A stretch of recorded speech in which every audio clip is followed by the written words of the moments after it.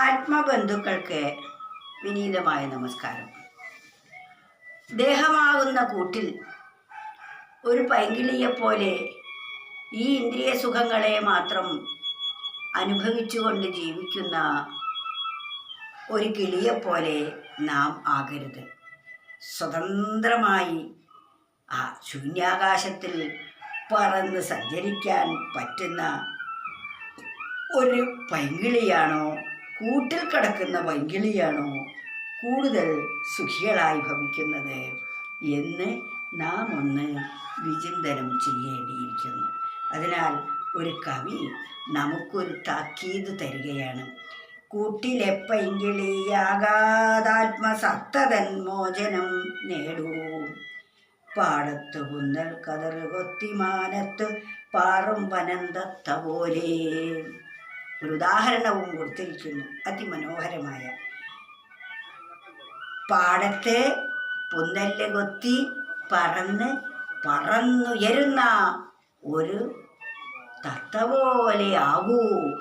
കൂട്ടിൽ കിടന്ന് തുച്ഛമായ ആഹാരവും കഴിച്ച് സ്വാതന്ത്ര്യമില്ലാതെ കഴിയുന്ന ഒരു തത്തയെപ്പോലെ ആകാതെ പറന്ന് വിഹരിക്കുന്ന തത്തയെപ്പോലെ ആകൂ എന്നാണ് പറയുന്നത്. കൂട്ടിലെ പൈങ്കിളിയാകാതെ ഈ ശരീരമാകുന്ന കൂട്ടിൽ ഒതുങ്ങി തൻ്റെ മഹത്വം ഒന്നും അറിയാതെ ഇരുട്ടിൽ തപ്പി നടക്കാതെ ആത്മസത്തതൻ മോചനം നേടൂ. ആത്മാവാണ്, പരിപൂർണമായ ആനന്ദസ്വരൂപിയായിരിക്കുന്ന ആത്മാവാണ് എന്ന ബോധം നേടി ആ പരിപൂർണ സ്വതന്ത്രരാകൂ. ഏതുപോലെ? കൂട്ടിൽ കിടന്ന് കരയുന്ന പൈങ്കിളിയാകാതെ അത് സ്വതന്ത്രമായി മാനത്ത് പറക്കുന്ന പുന്നെല്ലും കൊത്തി ഭക്ഷിക്കുന്ന ഒരു തത്തയായി വാഴാനല്ലേ നാം ഓരോരുത്തരും ആഗ്രഹിക്കേണ്ടത്. അതിന് സ്വാതന്ത്ര്യമല്ലേ പരമപ്രധാനമായിട്ടുള്ളത്. ഈ കൂട് എപ്പോഴാണ് വീണു പോകുന്നതെന്നറിയില്ല. കൂട് വീണു പോകുന്നതിന് മുമ്പേ കൂട് തുറന്നിട്ടിരിക്കും.